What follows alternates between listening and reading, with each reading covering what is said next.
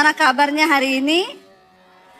Luar biasa. Walaupun lagi ada masalah tetap luar biasa. Karena kita punya Tuhan yang luar biasa. Siapa yang lagi ada masalah hari ini? Kalau tidak ada masalah pulang saja. Ya, berarti kita semua masih hidup. Itu tandanya masih ada masalah. Iya saudara, hari ini tema firman Tuhan saya beri adalah berdosa karena menderita. Di dalam hidup kita ini kita akan mengalami banyak persoalan. Kenapa saya ambil tema ini? Ketika kita membahas, sekarang di mesbah doa saya tuh lagi membahas kitab Ayub. Ya. Ayub itu menderita bukan karena berdosa. Tapi Ayub menjadi berdosa karena menderita. Ya, saudara bisa membaca di kitab Ayub dan nanti saya akan kasih contohnya.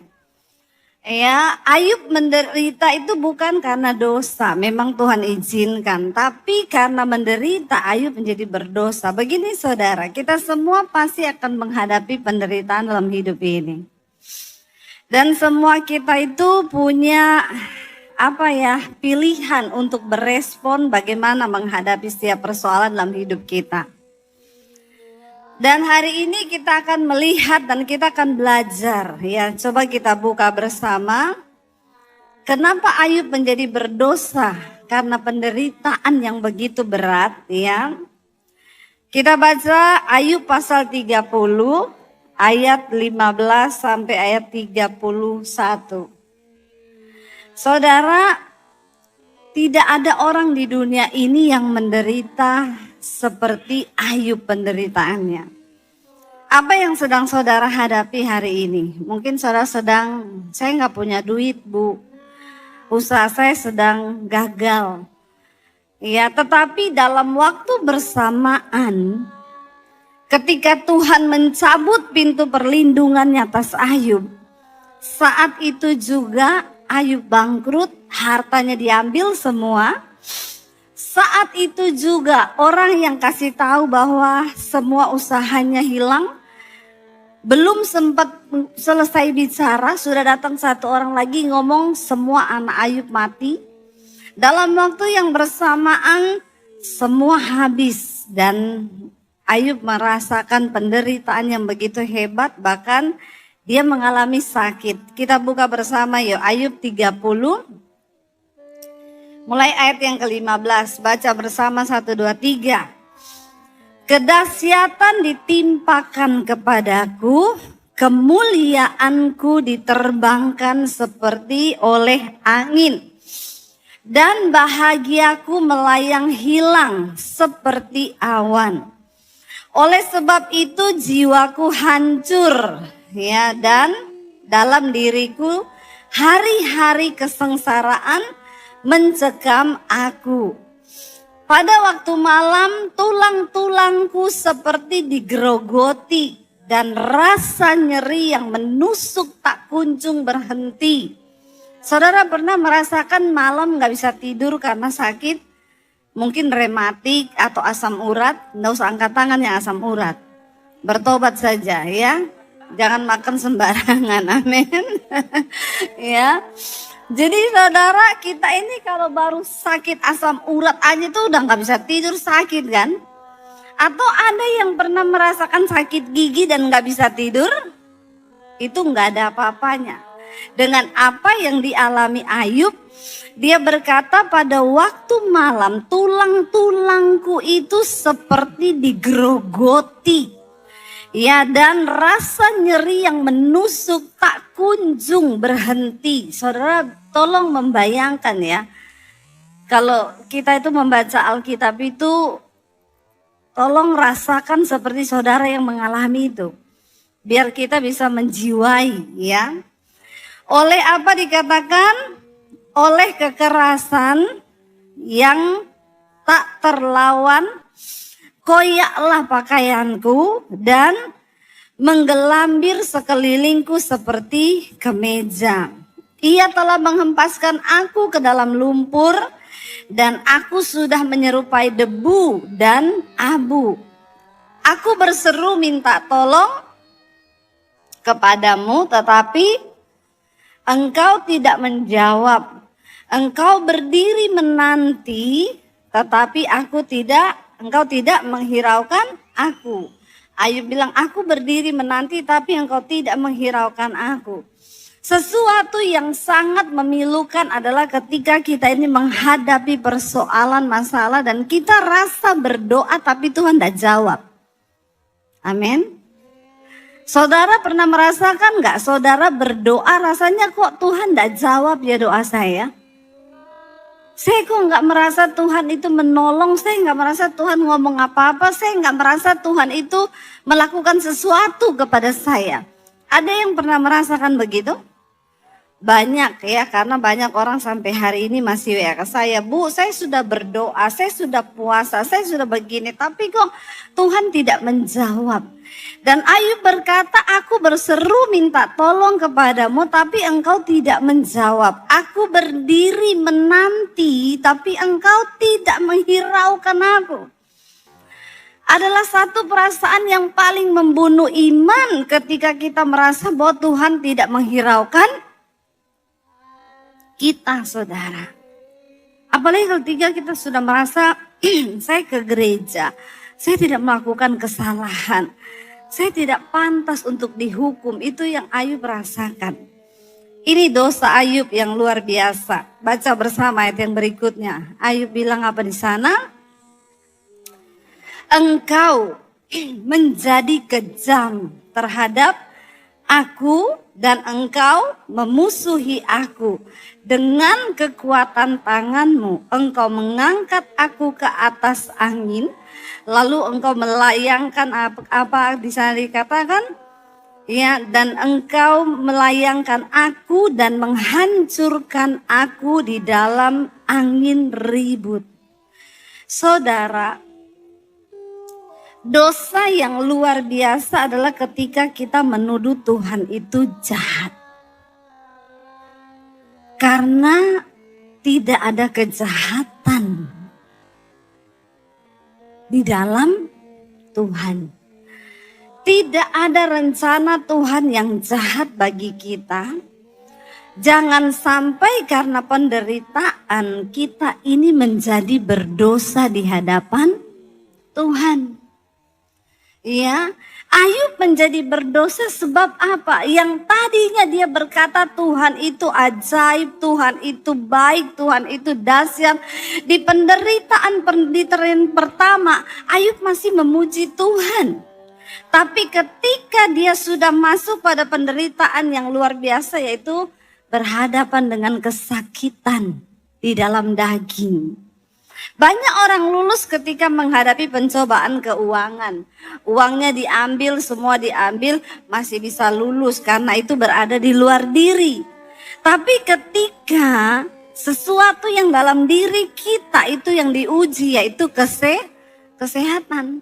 Waktu tulang-tulang Ayub digerogoti rasa sakit yang begitu luar biasa.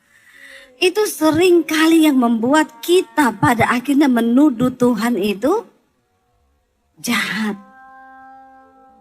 Tuhan itu kejam. Kita merasa Tuhan gak tolong kita. Kita merasa apa yang Tuhan perbuat dengan aku? Kok engkau jahat? Ayub berkata di sini, saudara, engkau menjadi kejam terhadap aku. Kita nuduh manusia kejam aja kan gak boleh ya. Nggak boleh loh, kita lu kejam banget loh. Itu kan sudah kebangetan kalau sampai kita ngomong sama orang, lu kejam lu. Itu jahatnya jahat, itu kejam. Nah, Ayub berkata, engkau menjadi kejam terhadap aku, engkau memusuhi aku dengan kekuatan tanganmu. Dan dia bilang apa? Engkau mengangkat aku ke atas angin, melayangkan aku dan menghancurkan aku dalam angin ribut. Hati-hati saudara. Waktu kita berhadapan dengan yang namanya penyakit atau sesuatu yang bersangkutan dengan diri kita. Hati-hati, jaga mulut kita. jaga hati kita supaya kita tidak menuduh Tuhan itu jahat. Lalu Ayub berkata di sana, ya aku tahu engkau membawa aku kepada maut. Memang manusia sama Tuhan tuh beda tipis. Tuhan maha tahu, manusia sok tahu. Ya, Ayub sudah terburu-buru menuduh Tuhan akan membawa dia kepada maut. Karena sudah dia beranggapan udah mati di depan mata saya, ini mati. Sudah nggak ada apa-apa, sekarang sakit, dia berguling di abu, tubuhnya penuh luka, semua kesakitan setiap malam, tulang-tulangnya sakit. Ayub sudah terlebih dahulu menuduh Tuhan jahat dan dia membawa aku ke dalam maut, ke tempat segala yang hidup dihimpunkan. Jangan pernah menuduh Tuhan atau saudara, berasumsi terhadap Tuhan. Dalam pengiringan kita kepada Tuhan, ya apapun pencobaan, saya pernah dulu juga menuduh Tuhan seperti itu, tapi saya cepat-cepat minta ampun. Dan saya percaya Tuhan itu tahu kekuatan kita sehingga dia tahu ya kalau kita ini sudah terlanjur ngomong kurang ajar, yang penting kau bertobat. Karena banyak orang ketika menderita itu dua saudara. Dia semakin dekat sama Tuhan atau dia semakin jauh sama Tuhan. Makanya kita tuh kadang melihat itu kok sekarang gak ke gereja ya. Itu kok sekarang gak ada pelayanan lagi, itu kok sekarang orangnya. Bahkan saya dulu kenal ada seorang pendeta, dia meninggal saudara ya. Saya dapat kabar waktu itu setelah meninggal dunia, innalillahi wa inna ilaihi rojiun, pendeta loh. Pada akhirnya dia menyangkal Tuhan Yesus. Kenapa? Karena tekanan hidup yang begitu berat. Yang dia merasa Tuhan itu meninggalkan dia, Tuhan tuh jauh dari dia dan Tuhan tuh tidak sama sekali memperhatikan dia. Bahkan dia berasumsi bahwa Tuhan memang sengaja membawa dia dalam keadaan seperti itu. Saya dulu juga pernah merasakan seperti itu.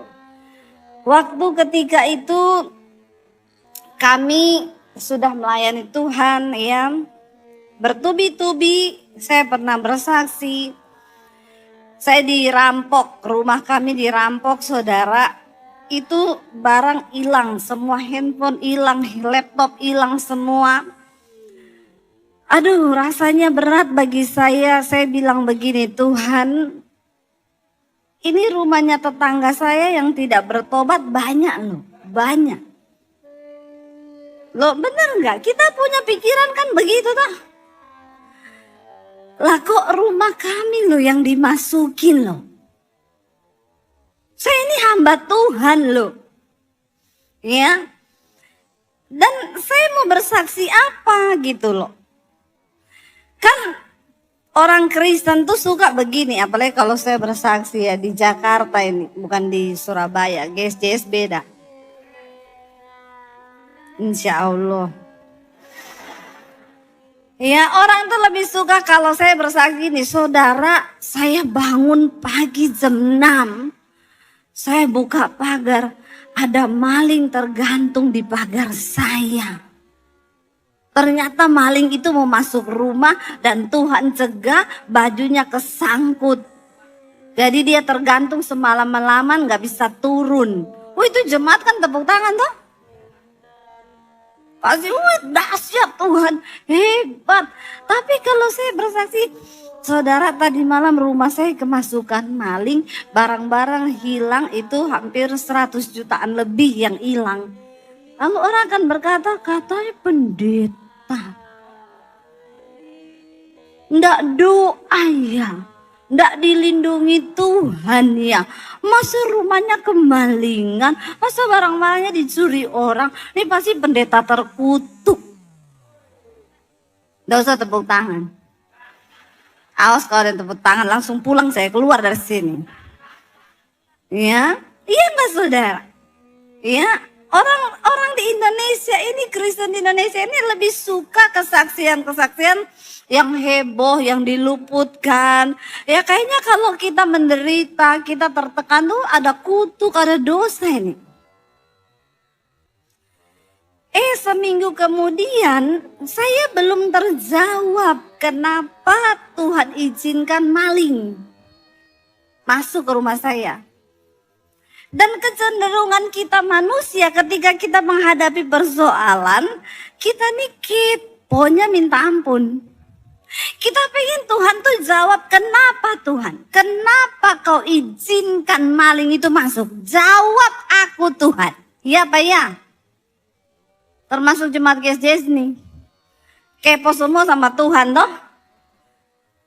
Saudara, sering kali kita gak perlu bertanya loh kenapa. Karena Tuhan itu tidak terpahami oleh akal logikamu. Nanti ketika kita kepengen tahu, kita gak dapat jawabannya, lalu kita mulai berasumsi tuh.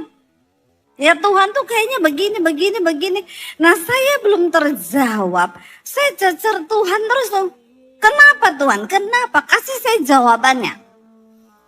Pada ujungnya kita ini sama Tuhan mau berdebat, mau ngomong apa?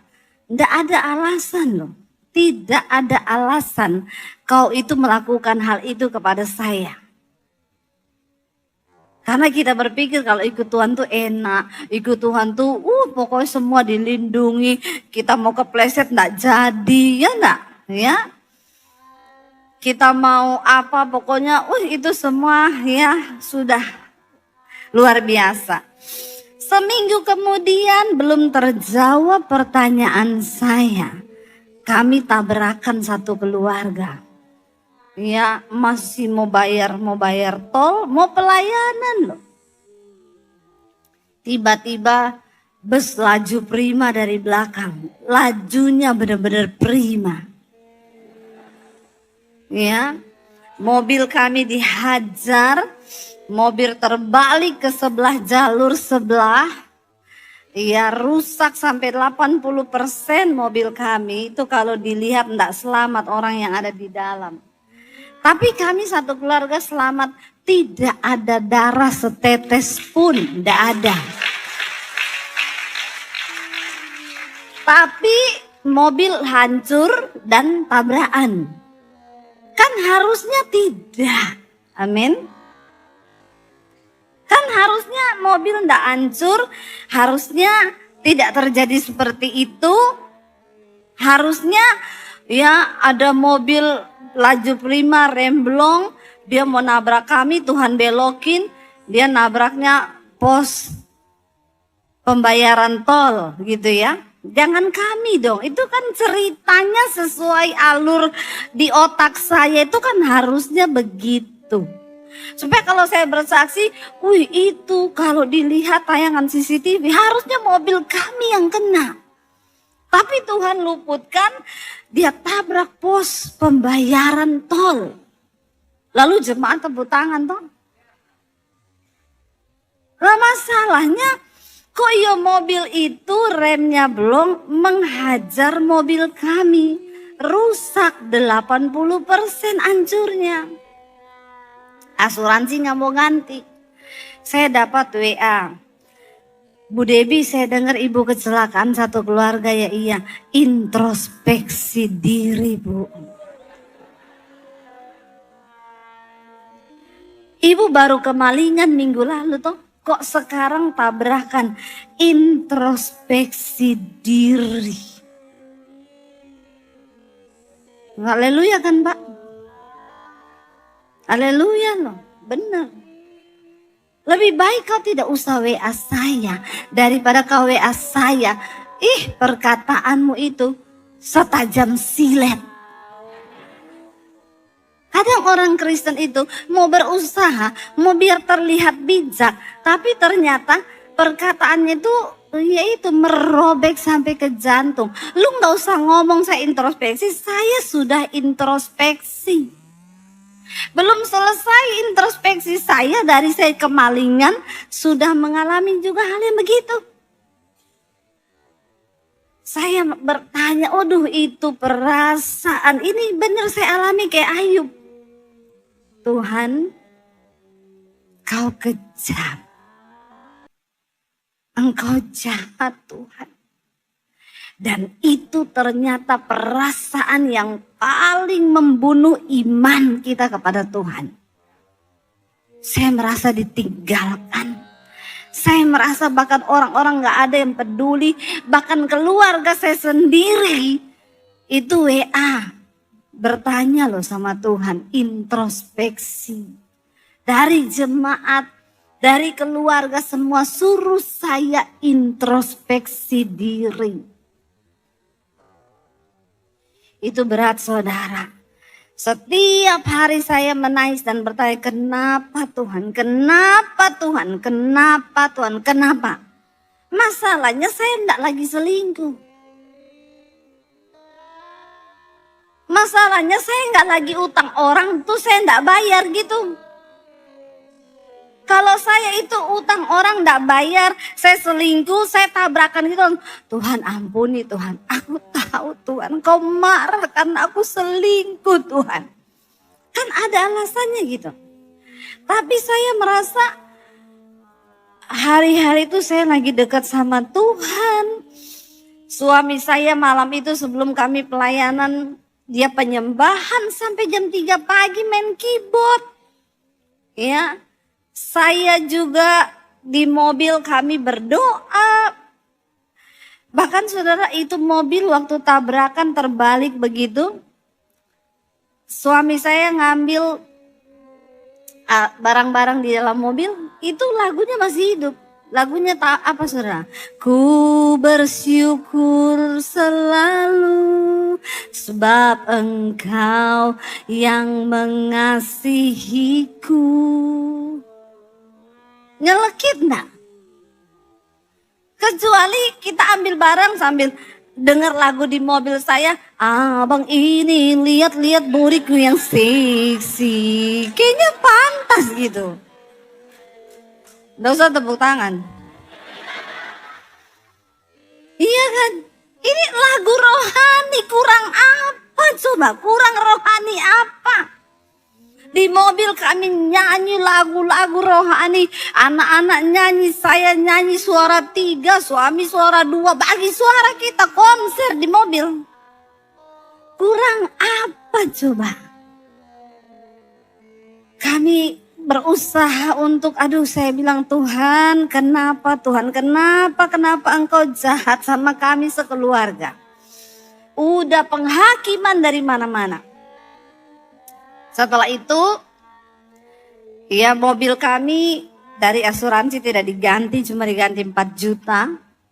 Karena masih leasing, masih kredit mobil itu. Kami waktu itu nggak punya mobil. Puji Tuhan, ya Tuhan buka jalan, kami dapat berkat, ganti mobil yang lebih bagus saudara. Jangan tepuk tangan dulu. Terus saya bersaksi waktu itu, Tuhan gantiin mobil. Ibu yang ngomong introspeksi diri itu WA sama saya lagi. Ternyata ibu tabrakan kemarin karena Tuhan mau ganti mobil ya Bu. Sekarang mobil ibu lebih bagus. Saya bilang, ibu mau nggak ganti Mercy terbaru Bu? Saya doakan ibu masuk di bawah kontainer. Otaknya itu loh picik sekali saudara. Iya, waktu dengar saya tabrakan introspeksi diri. Waktu dengar saya ganti mobil, ternyata Tuhan izinkan ibu tabrakan supaya ganti mobil ya Bu. Maka saya bilang, mau ibu ganti Mercy terbaru? Saya doakan sekarang, masuk di bawah kontainer kau. Dipikir Tuhan itu cuma seperti itu, maksudnya cara kerjanya. Saudara, dari situ saya itu merenung dan ya saya mulai membaca kitab Ayub ini. Ternyata dosa Ayub yang terbesar, Ayub itu diuji bukan karena dia berdosa, tapi dia menjadi berdosa karena dia mengalami penderitaan. Dan menuduh Tuhan itu jahat. Kita lihat saudara, bagaimana Ayub itu membela dirinya dan merasa dia itu paling benar di hadapan Tuhan. Ya, dan kita lihat Ayub 23 ayat 1 sampai 3 kita baca dulu. Kenapa dia akhirnya menjadi berdosa saudara? Ayub 23 ayat 1 sampai 3. Di sana Ayub berkata saudara, ya Ayub 23 ayat 1 sampai 3. Ayub 23, tetapi Ayub menjawab, nih ya baca bersama. Sekarang ini keluh kesahku menjadi pemberontakan. Tangannya menekan aku sehingga aku mengaduh. Semoga aku tahu mendapatkan dia dan boleh datang ke tempat ia bersemayam. Kenapa menjadi dosa? Yang tadinya hanya keluh kesah sudah berubah menjadi pemberontakan. Hati-hati saudara. Waktu kita mengalami pencobaan, seringkali karena kita ini berkeluh kesah, Tuhan kenapa Tuhan? Kenapa Engkau izinkan? Aku ini begini. Saya mau tanya, waktu kita menderita Tuhan tahu enggak? Tahu. Masalahnya Tuhan enggak kasih tahu Ayub akhir ceritanya itu akan seperti apa? Itu yang namanya ujian. Ujian itu kunci jawabannya ada saudara. Tapi masalahnya kita tidak dikasih tahu. Karena kalau kau sudah dapat kunci jawabannya, namanya bukan ujian. Saya dulu waktu ujian Eptanas SMA saudara, ditangkap polisi saya. Naik mobil patroli. Seumur-umur saya sudah pernah naik mobil patroli polisi. Amin loh. Jangan wagu ya, aminnya ya. Jadi kami ini lagi belajar, besok itu fisika kan. Belajar kami ini satu kelompok. Lagi belajar, tiba-tiba ada orang datang malam-malam. Mau nggak kunci jawaban? Saudara lagi belajar susah-susah, ada orang datang memberi kunci jawaban. Manusia-manusia normal. Saya mau tanya, kira-kira kau beli enggak? Ampuni mereka Tuhan, mereka ini kan sudah bertobat. Kalau saya dulu lakukan tuh karena saya belum bertobat loh. Saya belum mengenal Tuhan Yesus, itu masa SMA saya. Tapi mereka ini sudah mengenal Tuhan. Tapi manusia normal. Sekarang kan kita sudah tidak normal toh. Lalu saudara saya ditawari sama teman-teman, mau ndak kunci jawaban?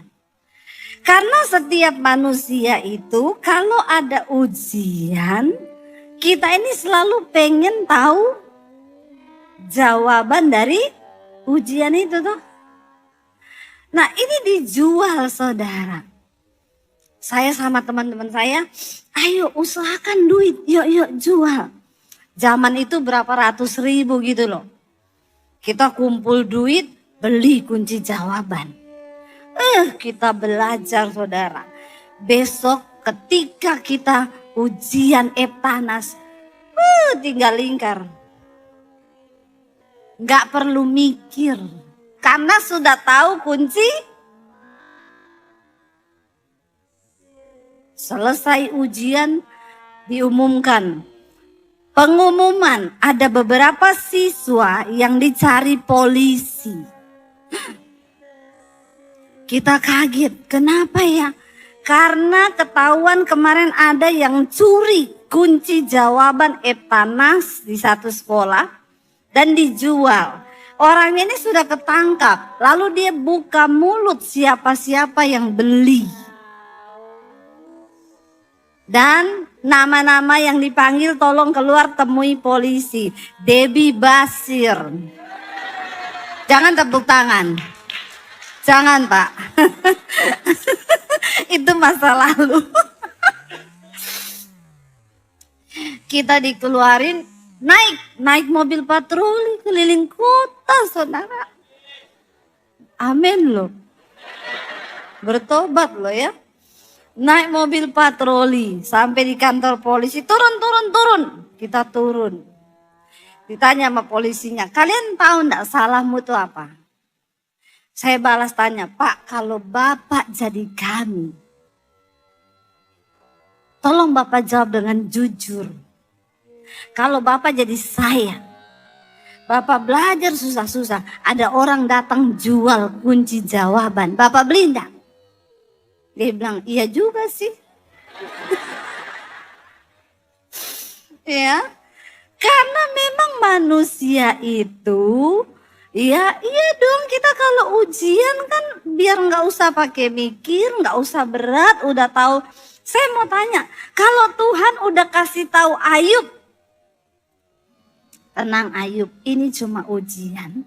Nanti kamu akan saya pulihkan 2 kali lipat. Kira-kira Ayub reaksikan seperti itu? Ayub akan gini, yes, aku bersyukur Tuhan, ajaib kau Tuhan, aku percaya. Tiap hari Ayub nyanyi, walaupun sakit tidak terasa, karena sudah tahu kunci. Hari ini persoalan yang engkau hadapi, engkau sudah tahu kunci jawabannya apa? Jalani hari demi hari bersama Tuhan. Jangan protes, jangan menggerutu, tunggu. Percaya satu hal, Tuhan tidak pernah gagal dalam rencananya bagi orang-orang yang sungguh-sungguh mencintai Dia. Amin saudara. Ayo jalani hidupmu. Ayub berkata, sekarang ini keluh kesahku berubah menjadi pemberontak. Aku hampir memberontak sama Tuhan karena aku tidak ngerti lagi ini apa yang terjadi. Makanya kalau lagi mengalami ujian, jamu saudara, jaga mulut. Amin. Tidak usah berkata-kata. Tidak semua apa yang kita perlu tahu itu harus kita tahu. Dan Tuhan itu nggak pernah selalu harus jawab apa yang kau pengen tahu. Disitulah yang namanya ujian iman. Kenapa saya ditangkap di polisi? Karena itu bukan ujian lagi. Saya sudah tahu kunci jawaban. Hati-hati loh. Kalau kau terlalu kepo dan pengen tahu, bisa jadi kau tuh melanggar hukum Tuhan. Amin. Lalu saudara, kita lihat apa yang Tuhan katakan kepada Ayub. Tuhan sangat marah kepada Ayub saudara. Dan Tuhan murka kepada Ayub. Kita baca bersama di dalam Ayub pasal yang ke-40. Coba kita buka.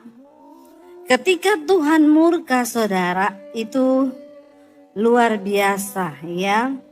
Dikatakan di sana Tuhan marah kepada Ayub dan Tuhan berkata kepada Ayub, Ayub 40 ayat 6 sampai 14. Ya, Ayub 40 kita lihat, maka dari dalam badai Tuhan menjawab Ayub. Bersiaplah engkau sebagai laki-laki, aku akan menanyai engkau. Ya, aku akan menanyai engkau dan engkau memberitahu aku. Apakah engkau hendak meniadakan pengadilanku, mempersalahkan aku supaya engkau dapat membenarkan dirimu? Kalau kita ini terlalu kepo, bertanya terus sama Tuhan, akhirnya jatuh-jatuhnya kita mempersalahkan Tuhan dan menganggap pengadilan Tuhan itu tidak adil. Ayub berkata, kan engkau itu yang maha adil, tapi kenapa kau menjadi tidak adil? Engkau tahu hidupku ini benar. Ya, Tuhan bilang, apakah engkau hendak meniadakan pengadilanku, mempersalahkan aku supaya engkau dapat membenarkan dirimu? Apakah lenganmu seperti lengan Allah? Dan dapatkah engkau mengguntur seperti Dia? Hiasilah dirimu dengan kemegahan dan keluhuran, kenakanlah keagungan dan semarak. Luapkanlah marahmu yang bergelora, amat-amatilah setiap orang yang congkak dan rendahkanlah dia. Amat-amatilah setiap orang yang congkak, tundukkanlah dia dan hancurkanlah orang-orang yang fasik di tempatnya. Pendamlah mereka, Tuhan bertanya, apakah engkau sanggup melakukan semua itu? Karena kau merasa engkau benar, maka aku pun akan memuji engkau. Karena tangan kananmu memberi engkau kemenangan. Ya, dan dia menuduh bahwa Tuhan itu jahat. Ya saudara, jangan sampai. Bahkan kalau saudara baca di pasal-pasal selanjutnya, Tuhan memberi gambaran tentang lukisan kuda Nil buaya. Ya, Tuhan bilang, itu kuda Nil, binatang pertama yang aku ciptakan. Dia begitu kuat. Kuda Nil tuh gak pernah kedinginan. Dia gak pernah takut dengan arus. Tapi dia dalam kegagahannya tidak sombong seperti kau. Lalu Tuhan memberi gambaran tentang buaya. Aku menciptakan buaya. Kau lihat kulitnya yang keras itu. Tidak ada satupun senjata yang bisa menembusi kulitnya. Buaya yang begitu garang, yang begitu ganas. Sampai apakah kau berani pegang mulutnya? Tuhan bilang, sedangkan buaya saja orang tidak berani membangkitkan murkanya karena takut. Bagaimana mungkin kau hanya manusia, engkau membangkitkan murkaku dengan menuduh bahwa aku tidak adil, dengan menuduh bahwa aku ini kejam, dengan menuduh bahwa aku ini curang. Hati-hati saudara, jangan sampai ketika kita dalam pencobaan kita menjadi berdosa sama Tuhan. Puji Tuhan, akhirnya Ayub bertobat saudara. Kita lihat bersama Ayub 42. Biarlah ini juga menjadi kisah kita supaya kita juga dalam pergumulan kita bisa menang. Ayub 42 ayat yang pertama sampai ayat yang ke-6. Maka jawab Ayub kepada Tuhan setelah Tuhan berdebat dengan Ayub, ya. Aku tahu bahwa engkau apa? Sanggup melakukan segala sesuatu dan tidak ada rencanamu yang gagal. Firman-Mu, siapakah dia yang menyelubungi keputusan tanpa pengetahuan? Itulah sebabnya tanpa pengertian aku telah bercerita tentang hal-hal yang sangat ajaib bagiku dan yang tidak ku ketahui. Kalau belum tahu, diam aja, nggak usah sok tahu. Amin saudara. Mending tetapkan dalam hatimu bahwa tidak ada rencana Tuhan itu yang gagal atas hidup kita. Dia akhirnya mengakui tanpa pengetahuan, aku telah berbicara tentang hal-hal yang tidak ku ketahui. Firman-Mu dikatakan, siapakah dia yang menyelubungi keputusan tanpa pengetahuan, dan sebabnya tanpa pengertian aku telah bercerita tentang hal-hal yang firman-Mu. Dengarlah, maka aku yang akan berfirman. Aku akan menanyai engkau supaya engkau memberitahu aku, saudara. Dikatakan di sana, kita lihat bersama. Dulu Ayub berkata, ayat yang ke-5 baca bersama. Dulu hanya dari kata orang saja aku mendengar tentang engkau. Tetapi sekarang mataku sendiri memandang engkau. Jadi ternyata saudara, tujuan dari apa Tuhan mengizinkan Ayub mengalami penderitaan itu cuma satu. Karena dulu Ayub itu cuma mendengar tentang Tuhan dari mulut orang. Tapi ketika dia mengalami penderitaan, disitulah dia mulai belajar mengenal pribadi Tuhan. Mari pakai semua penderitaan, pencobaan, masalahmu hari ini untuk menjadi sarana engkau lebih mengenal Tuhan secara pribadi. Karena itu tujuan Tuhan.